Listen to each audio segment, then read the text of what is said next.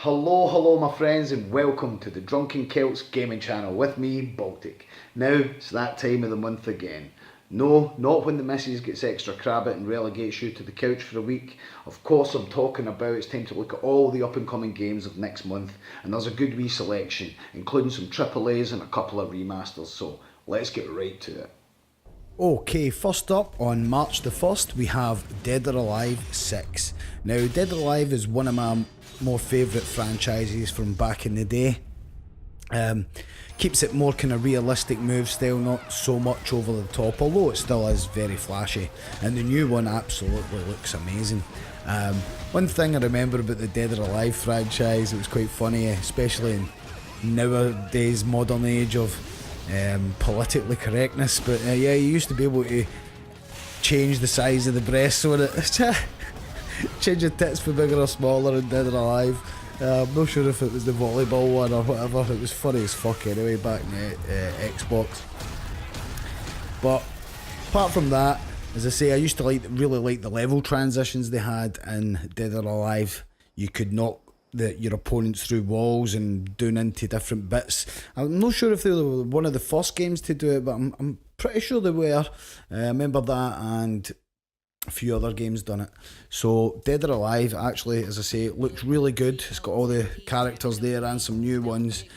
Definitely worth a look if fighting games are your bag. Also on March the 1st we have ToeJam and Earl back in the groove. Now ToeJam and Earl was out first in the Sega Mega Drive or Genesis, back in the day, and although I never played much of it, I did play it.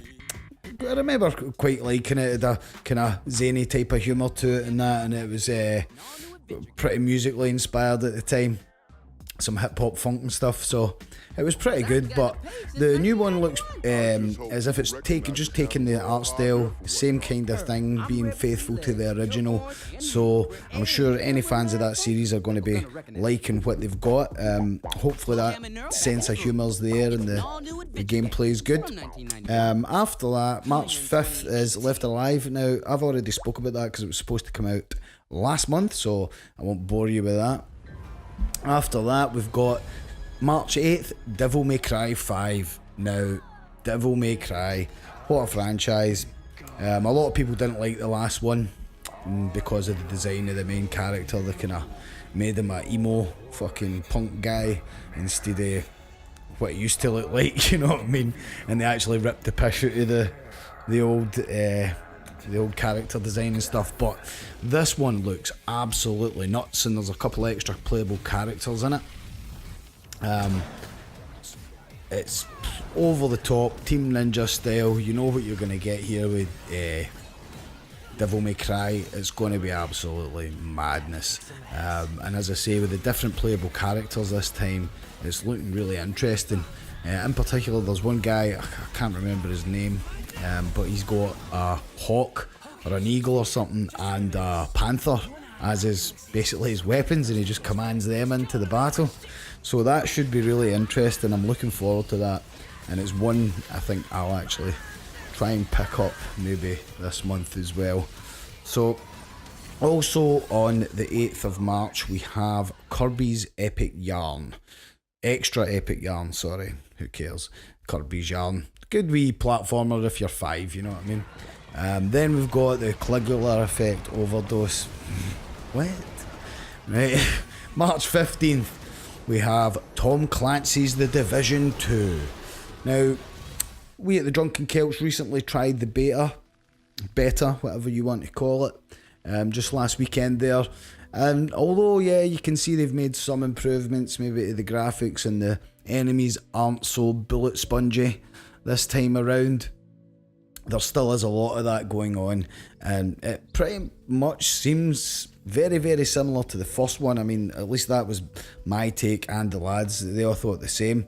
So if you're wanting more of the same, the Division, hopefully that this is going to satisfy your needs. I'm interested to see how the launch goes, because if you remember back to the launch of the first Division, it was an absolute farce. People couldn't get in. I remember there was a certain thing where people were blocking other characters from even entering the first zone, because there was the collision detector. You couldn't just walk past someone, and you would have like queues of players all waiting, and they're all doing the jump squats or whatever it was, the jumping stars. It was pretty funny, but and it was a pretty much buggy mess at the beginning. So hopefully Division 2 can be a bit better. We'll see. As I say, time will tell with that one, and I'll give it a bit of time before I check it out. Then March 16th we've got One Piece World Seeker. That's a Bandai Namco game. Fuck off, right? Bandai fucking wanks. Then on March the 21st we've got The Sinking City. Now this is a kind of horror adventure game. Looks kind of interesting. I think it's from the same makers of the what was it, The Wrath of Cthulhu or some shit like that. Definitely interesting art style here. Might be worth a look if that's your type of thing. Then we've got March 22nd. For my money, the biggest game out this month. I probably know, probably Ubisoft fucking Division will, you know, sell the most. But the one I'm most looking forward to anyway is Sekiro, Shadows Die Twice. Now, this game is a game from Software. And you know, the mind behind Bloodborne and Dark Souls, and is very much in a similar kind of shadowy, you know. I know you're waking up as a corpse this time again, so it's got the underworld tones, and but this time it's in the samurai setting. So I don't know if it's ancient Japan. It should be ancient Japan, yes. If it's samurais, you're fucking dauber. But yes, so that looks pretty mental. As I say, you know, the mechanics are going to be really, really tight. The main difference about this one compared to Bloodborne and the Dark Souls series would be the movement. You've got a grappling hook. You look a lot more acrobatic, and it looks like a nice kind of iteration on it. The last time they stepped away for the formula, they came out with Bloodborne. Widely regarded as one of the best titles for the PlayStation 4, and I would agree, one of my favourite games.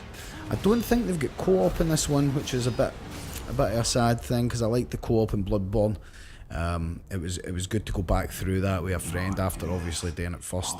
But Sekiro Shadows Die Twice, or Sekiro, or whatever you want to call it, right? It looks minted, so definitely check that out. March 26th, we've got Assassin's Creed 3 Remastered, as if you don't have enough Assassin's Creed in your life. I've just recently done a video about the Assassin's Creed franchise up on the channel, so if you want to know what I think about that game, you can check that. Also, March 26th, out on the Xbox One and the Switch, is the port of Final Fantasy VII. So, it's not the remake, obviously. But yeah, so nice to be able to play one of the most legendary games ever on more consoles. The more it's available, the better, if you ask me. And if you want to run through that, probably get quite a while before the new one, the remaster, hits.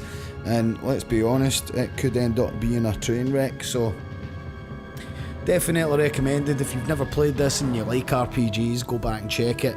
If you've not played it in a while, it's maybe worth a revisit. So Final Fantasy VII. March 29th, Danganronpa trilogy. Detective fucking shit thing, who cares.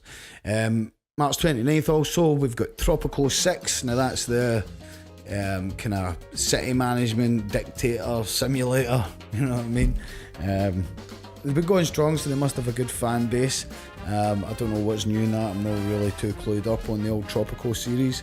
I think the last one I played was 4, and I only really played it a wee bit, but that's good that they're still going. Also, the last game we'll be talking about today, out in the Switch exclusive, is Yoshi's Crafted World. Now, the Yoshi game's obviously for a younger audience, but you cannot say the art style in this thing does not look amazing. It's going to be a nice wee basic platformer for obviously the younger ages. I might actually fucking try and get a hold of it just to run through it fast, just because it's so charming. You know, I love my platformers, as I say. This looks like it's doing some interesting mechanics and stuff with it as well, so hopefully that'll be quite good. So that's everything for March. Well, no everything, obviously, just the kind of highlights in console games. I couldn't get through all the PC games, or this video would be 2 hours long. Now, what are you looking forward to? As I say, my highlights there: Dead or Alive, Devil May Cry, and Sekiro Shadows Die Twice. The Division I'll be keeping an eye on. What, anything else I've missed? You know, anything else you're interested in? Let me know in the comments below. And that'll about do it for this video. Cheers. Okay, so just a wee disclaimer here. Just because I said it was your missus that gets Crabbit once a month does not mean I am not down with the LGBT community. It could have been your lesbian missus or your man missus, whatever you're into. Just to clear that up, again, thank you for watching. Remember and subscribe. Stay safe, happy gaming, and catch you.